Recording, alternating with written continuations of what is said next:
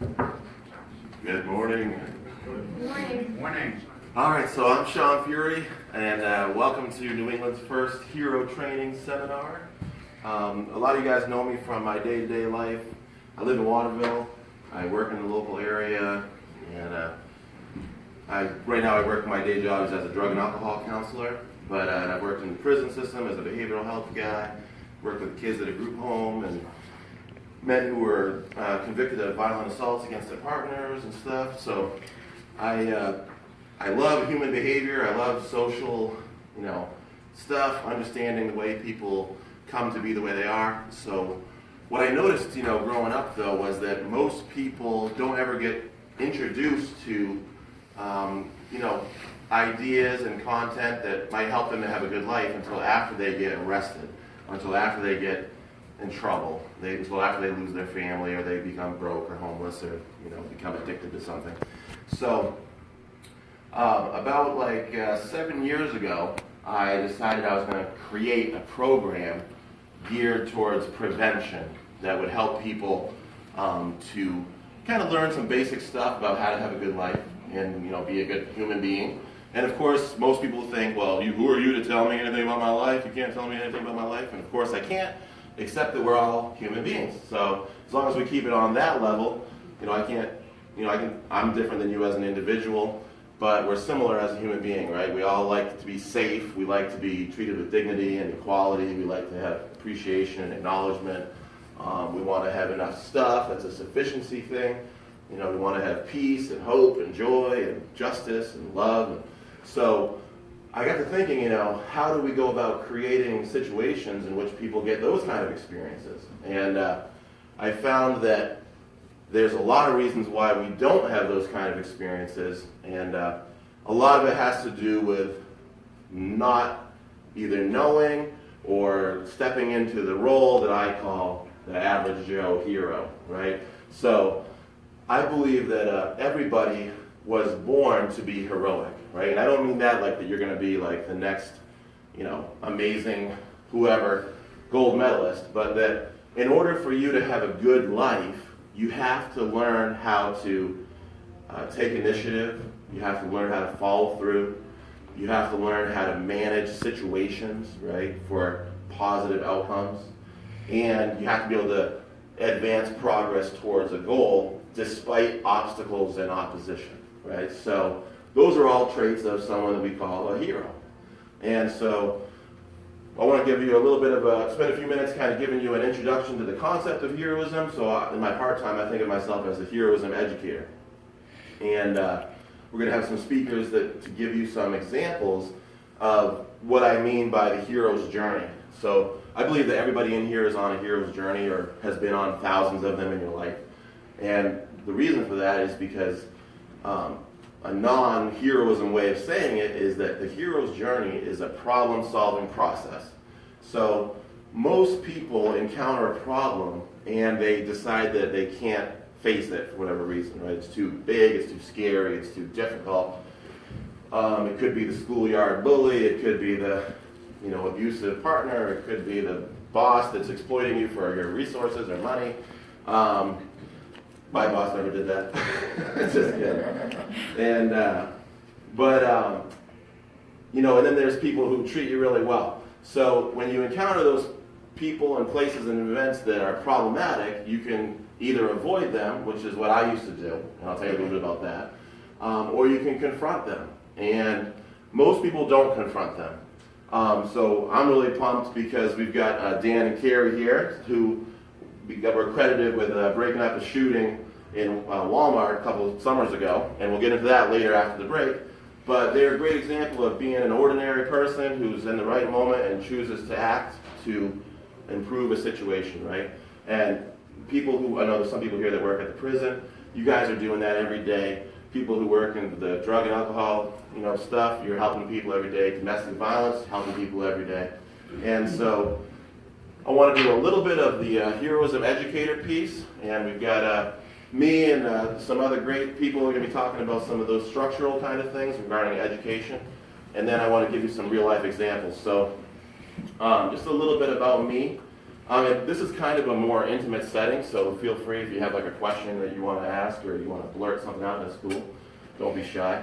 Because part of what I'm doing here is I want people to have a sense of community and to kind of, we're not in a church setting, we're not in a work setting, it's not an AA meeting, you know what I mean? It's just a way for people to hang out and kind of celebrate our successes and our pursuit of personal empowerment, right? So I want to give you some stories of people who overcome obstacles and opposition, so you can be inspired and leave empowered and feel like you can go out there and confront problems, but in a way that is not going to alienate people, right? So part of the goal for me is to look for people to learn how to raise the standards around them without alienating others.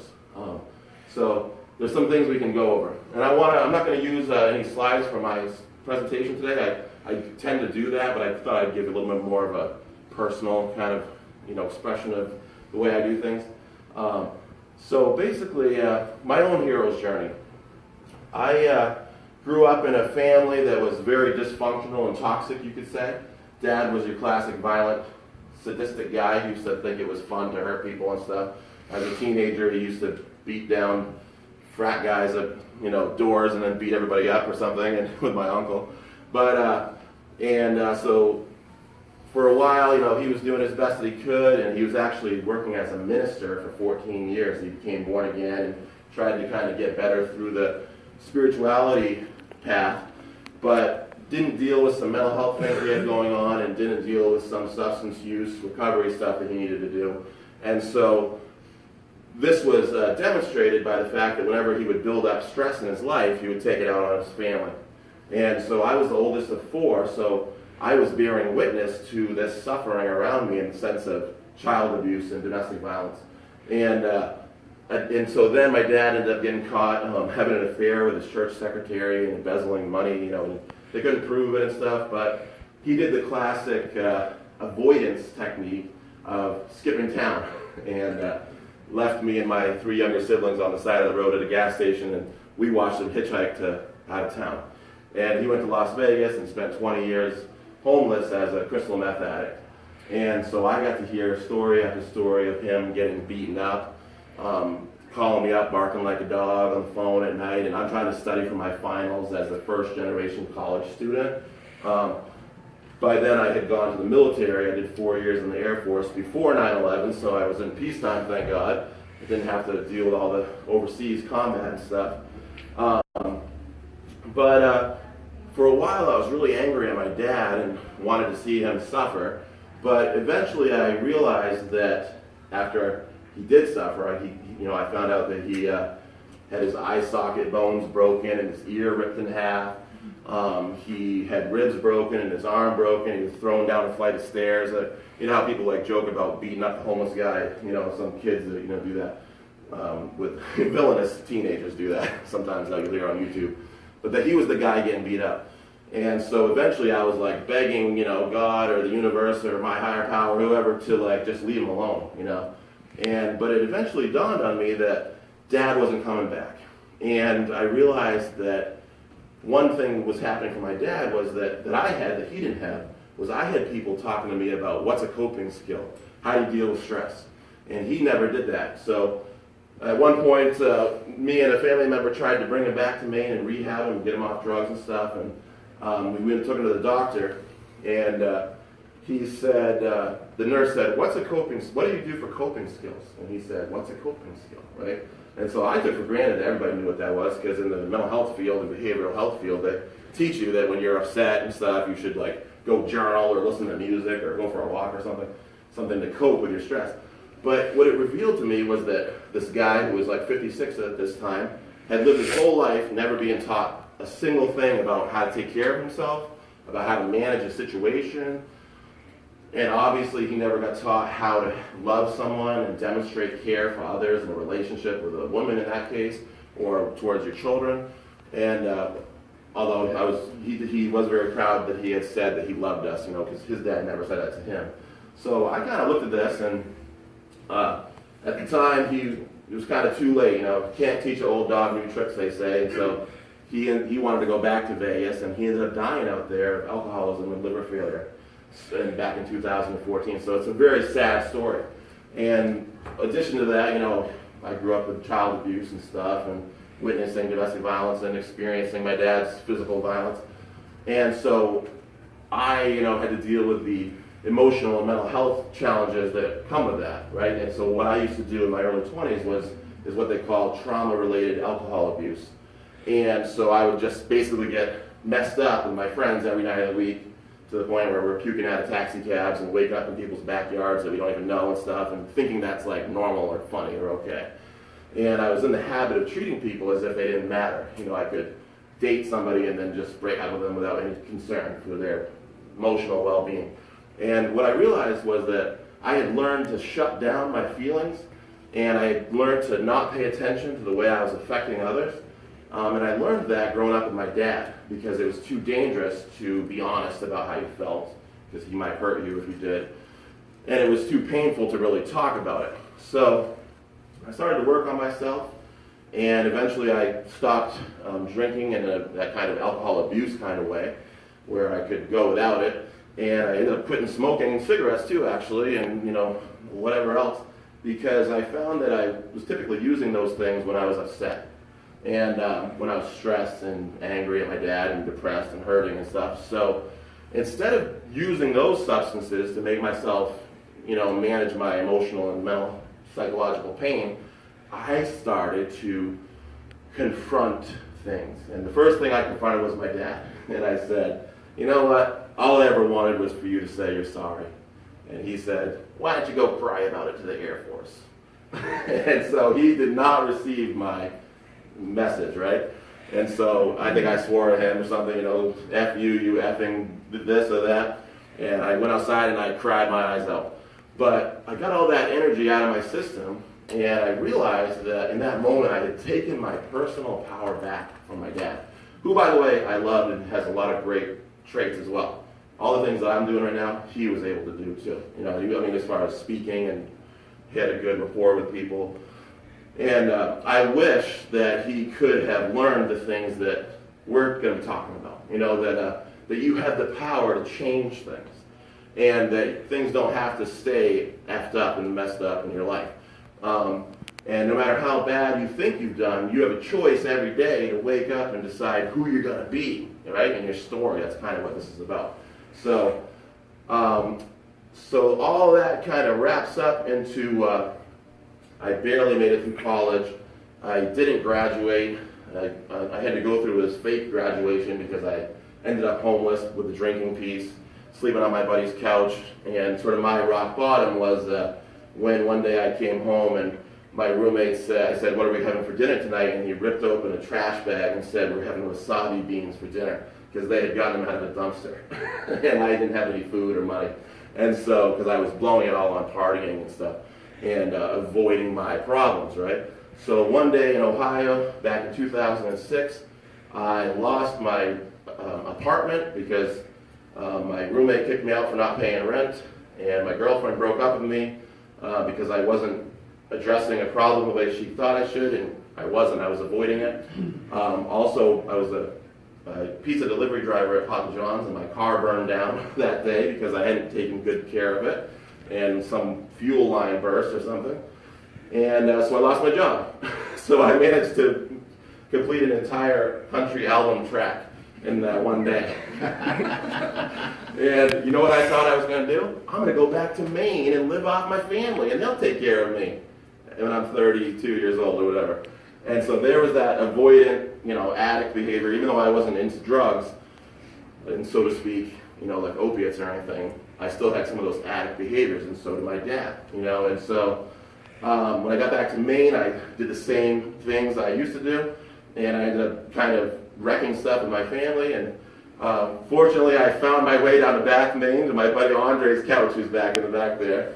And he took me in, and I slept on his couch for I don't know how long, like 6 months or something. And I went to when I was down there after a couple days, basically I got myself on my feet.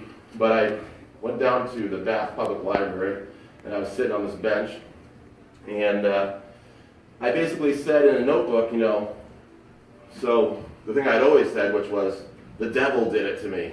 Like it wasn't me that did this stuff, it must have been the devil. trying to ruin my life just like he ruined my dad's life. Because growing up, I had sort of been indoctrinated with that whole good and evil piece, which I still believe in to some extent, but now I see myself as having way more influence over my own circumstances than the devil might have. But, you know, not that he's not out there, or she, or whoever, but, so basically, I said, you know, what could it have been that wrecked my life if it wasn't the devil? And this answer came to me that it was me having an avoidant problem-solving style. That I had habitually demonstrated a pattern of avoidance, whether it was with my girlfriends or friends or bosses. If the boss pissed me off, I just quit. And so I went through like 20 jobs, you know, and I worked all kinds of different places. And consequently, the quality of my life was pretty low, right? Because when you can't deal with anything, you don't make it through any tough times, and you don't get anything worth getting. Because life, anything worth getting is hard, right? It's not easy. So basically, I decided to start facing my fears and to confront things. And that day, I cut my hair. I had hair down to my chest. I donated 14 inches of hair to Locks of Love. That was my first move. And guess what? That day, I got hired at Burger King. So here I am, a veteran with 4 achievement medals and an honorable discharge, and I'm the first-generation college student. I got my bachelor's degree by this point. And I'm working at Burger King, flipping burgers, and so I thought this was really pathetic, you know.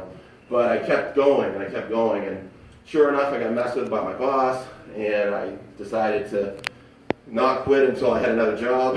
So I got another job and made a little more money, and that led to working with kids at a group home, which led to working with men in the domestic violence, batterer intervention, you know, abuse prevention for 3 years, and then I got recruited to work at a supermax prison with men who were convicted of violent crimes and had mental health diagnoses, as some of you guys know they're here. And I worked with them as a behavioral health professional. And so that's sort of where I came to, and I realized that whether you're homeless or you're an inmate or you're a batterer, quote unquote, or you're a victim of DV, everybody benefits when they learn how to be a hero for themselves, right? So that's kind of what's weird or different about my thing is, a lot of people talk about heroism as selflessness. What can you do for others, right? And it's kind of narcissistic and arrogant to think of yourself as a hero. And so what I want to hopefully change in the world is for people to understand that this shouldn't be quite as scary as it is. Because really, if you think about it, you probably ought to be scared of like terrorism and abuse and racism and stuff, but you shouldn't be scared of like being your best self, right? And having a good life. So who taught you that it's bad to be good? That's what I first want to ask people. Where did we get the idea that you shouldn't be a hero, right, or that it's a bad thing, or especially bad to say you are? And I tend to think that people have sort of a collectively low self-image, and we need to raise that. Because, so a little bit about what heroism is not. Heroism is not being judgmental, it's not being arrogant, it's not being narcissistic. It's not labeling other people, right? But a lot of what I did is I came up with some character stuff, concepts. I like to look at movies and TV so that you guys can have a map for the territory in your life. So when I run into like all these different people in my day job, and let's say I see a man and woman mistreating each other. Maybe the woman is getting hit or something. Well, 100 people walk by, but guess what? They're not all bystanders, right? Some of them are different types of characters who don't intervene for different types of reasons, right? And if you can understand what those reasons are, then maybe you can engage them around that and say, hey, you know what, I noticed you didn't do anything. Is it because you're scared, or you just don't care, or you think it was good that they did that, or you know, any number of other things. And so it's not meant to be judgmental. And so it's also not a religion or a replacement for any kind of spiritual path or anything. I personally think that it fits in great with philosophies around spiritual journeys and stuff.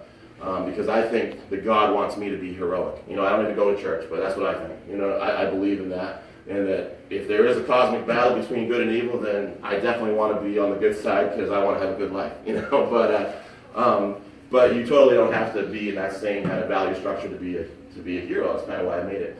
So what is heroism? Heroism is an action like shooting a basketball or casting a fishing line, right? That's what you hear a lot of people say, like, Jimmy intervened to jump on the subway tracks one time in his life, and he saved a guy from getting hit by a train, right? That's great. You should definitely do that. but it can also become a pattern of behavior where you do it a lot. But it doesn't have to be so risky and only happen once in your life. What if you took little tiny risks every day and made little sacrifices every day and intervened in small ways to improve your world for yourself and other people, right? What would that be like? Maybe there's a reason to be heroic in your own day-to-day life. And now, a lot of people don't really want to get too close to that idea because maybe it means holding yourself to higher standards than you're comfortable holding yourself to. And that's okay. You might not be totally ready to get on board with that. But if you can get more comfortable with that and realize it's not as threatening as it might sound, then you'll find that when you face a problem, whatever it is, you want to ask that girl on a date, or you want to ask your boss for a raise, or you're just not sure if you feel comfortable being around somebody that doesn't look the same as you, you'd be willing to step into that vulnerability of taking a social risk. You'd be more likely to do that. And if you can do that, then you'll be more likely to experience joy, because reality is where joy lives. With all the drug and alcohol stuff and religiosity and gambling and promiscuity, different ways people avoid, reality. You can avoid pain, but you'll never get to have joy unless you live in reality. So I think it's a really cool thing to try to do that, and I think heroism can help you. Three things about heroism. I already mentioned one, which is it's a problem-solving process. The second thing is it's a developmental journey. It's kind of like a journey up a developmental ladder. So I mentioned the characters. I believe that everybody goes through life. You know how you've heard people say children go through stages of development, right? I think you also go through stages of development on the way to being a hero. So that's why I say that a hero is really just an ordinary person, but it's a fully mature person, and it's an empowered person, right? So often if you've been a victim of DV, domestic violence, or child abuse, you might have stepped out of your power, and you're kind of afraid to use your power because you don't want to be thought of as an abuser or a bully. Or maybe you don't know that you have power. Or you think that power is a bad word, right? And by power, I mean empowerment. I don't mean force. Because when I say force, I'm talking about the way that villains in the story act. They like to break things and damage things and ruin stuff. So you want to stay away from the force thing because that makes people not like you and it makes your life suck. But you do want to go towards empowerment. And so you do that by moving up this developmental ladder from this place I call Eeyore, from Winnie the Pooh, right? Eeyore is always like, oh, woe's me. My life sucks, but I don't want to do anything about it. I got another positive drug screen. I don't know what to do with that. Or I stole something again, or I assaulted someone else. But so Eeyore needs to realize that he has the power to take a response and act and develop agency. Agency is a big hero word that you did not get taught growing up, I'm willing to bet. It means the ability to start and complete a task. So Eeyore doesn't start a task. So the first thing you gotta do is be able to intervene. Other people don't intervene because they think life's a big joke, it's all a big party, why do we have to deal with that? Or they might think that they're like a bystander and they're not really connected to their own feelings or other people socially. These are the people you might sit with at a get-together and they don't even talk to you. Like you just watch NASCAR all day, nothing wrong with that. But, you might want to engage with them once in a while and they won't. So those people are going to have a hard time intervening, so they're not going to be behaving heroically from my point of view, because if you have a pattern of not engaging with others or with your own life, why would you jump on the subway tracks when someone needs you to, right? If you've never done it before. Your odds of doing it are more increased if you have a habit of engaging and interacting. Second thing is, when you do intervene, do you do it in a way that improves things, right? That makes life better or keeps it good.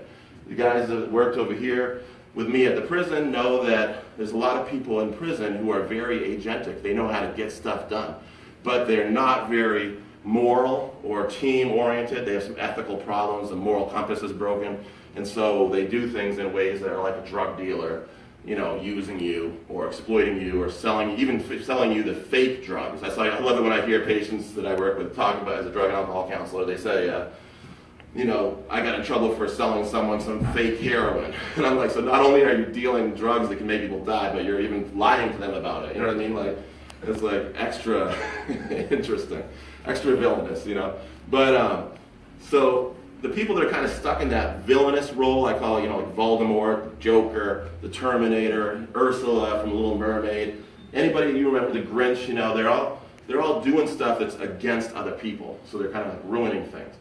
And they don't, even if they did improve, if they were in charge of your birthday party, you're probably not going to really have a good time because they're going to ruin it, right? Or they're going to take all the birthday cake and presents for themselves and leave you with none. So then the third thing is, can you protect the situation that you've built? So you've learned how to intervene. You do it in a way that's really awesome. You make like a great experience for people. But then something happens where someone tries to wreck it, right? Like I just said. Will you be the person that can go up to them and say, hey, that's not okay, I don't really appreciate that, I need you to stop doing that. Or if you don't stop, we're going to break up, or I'm going to leave, or I'm going to take a break, or I'm going to get a new job, you know. Giving them some kind of gentle and respectful message, but that's clear and direct that says, stop. And letting them know what the plan is if that doesn't happen, right? Without violating their personal boundaries and stuff. So intervene in a way that improves and protect. That's the character development piece of this. The second part is, what's the point of doing that? If you get all those things going for yourself, and you can tell you're doing that by developing certain habits, like don't be a villain, right? So don't try to coerce people. Don't try to threaten them. You're going to hurt them with punishment. Don't be a bystander. So if something bad's happening, don't just stand there. And don't be Eeyore. Don't act like you have no power when you do. But what's the point, right? Those are all habits that help you to become a good manager. And if you can become a good manager, what are you going to manage, right? You're going to manage your situation for your kids, for yourself, for your employees. So if you're in charge of some social environment, it's great to be heroic because you create environments in which people can get their human needs met, like I said earlier, for safety, acknowledgement, dignity. I was telling Michelle it is, right, in the back of that. One thing I love about T-Mobile is that they treat their employees really well, and they're always doing these celebrations and parties and stuff. And when we were at the prison a couple times, I remember we did some donuts when some good things happened. You know, little things like that to help people to feel appreciated. Adds to the quality of your life, helps people to feel like they can open up and be themselves. And so develop those habits, become your inner hero, you know, unlock your innate heroic potential, and then apply it to creating good situations and protecting them. And then by doing that, I say that the hero is like a mechanic. And so you're like a life mechanic, right? And what you're working on, I call it the happiness machine. You're creating social ecosystems or social environments in which the people who live there can be well as a human being, and they can also do well as an individual because they're permitted to pursue their goals, right? Because you're not threatened by that. You don't get envious when people start doing well because you want people to succeed. That's part of being heroic, is that because not wanting to see people successful is another whole character problem, right? It's competitive rivalry. It's being a kind of a hater. And so those are the things that can threaten your ability to unlock your best life. So if you can become that person and you can engage with your life and continue to see problems, you know, and go on these little journeys and solve them, then life gets better and better and better, and you become more and more empowered, and pretty soon you're like living this life that you constructed, you know, in alignment with whatever your higher power has planned for you, let's say. Like for me, I started working on this heroism stuff before anybody was talking about this. And I called it life management. I started a life coaching thing. And guess what? A few years later, I met this guy named Matt Langdon who had started a hero construction company, and where he taught people to intervene and not allow bullying to happen in their school. Well, so I emailed him. I went out of my comfort zone. I said, wow, Matt, you live in Australia. I live in Maine. I love your stuff. I want to be like you. I want to be a heroism educator. And he said, what a coincidence. I'm starting a heroism conference. It's the first one in the world, 2013. You should come to it and do a workshop. And I said, oh my God, I will. And so I went, did that for 2 years, and I ended up getting promoted. I went on the stage in 2015. 2016, I got invited to the world's first academic conference on heroism, started in Australia by this woman named alleviate, PhD in heroism science. It's like a new thing. Coincidence, right? So life was kind of matching up with my dream. And now I'm going back there next year, and she's paying my way. So I paid like $3,500 my first time, thinking, you know, I'll have a dream and maybe this will work out. But I'm kind of screwing my family over in the process. And now it's paying off because I'm going back and she's paying for it. And now I'm actually managing this Facebook group that has 100 people in it from around the world. who are all heroism educators and heroism researchers and practitioners of the way of the hero, you could say, right? So pretty much in a nutshell, that's what I want you guys to think of. There's the part about you as a person, developing yourself, and the part about your situation, getting involved and helping to create that. And I think that, you know, God, the higher power, is okay with you doing that. I think, like, if you look at, like, ancient scriptures and stuff, they'll say, like, be a good steward of the earth, you know, and things like that. Love your neighbor, right? And all that stuff, I think, kind of speaks to you getting involved and helping to shape outcomes. So you don't just have to stand there and let bad things happen in your life. But that's basically what I've got for you on my piece. And then we'll bring up our next speaker. But does anybody have any questions for me on that? Because you could do it if you want. I know I gave you a lot of info. We good? Do we need to take a quick break? Because I talked for a lot there. How's everybody doing? You need to get a little water or anything? We'll come back up. Why don't we actually do that? Let's take like 10 minutes since we started a little bit late, and then we'll regroup and have Lois come up and do a talk for us. Sound good? All right, cool.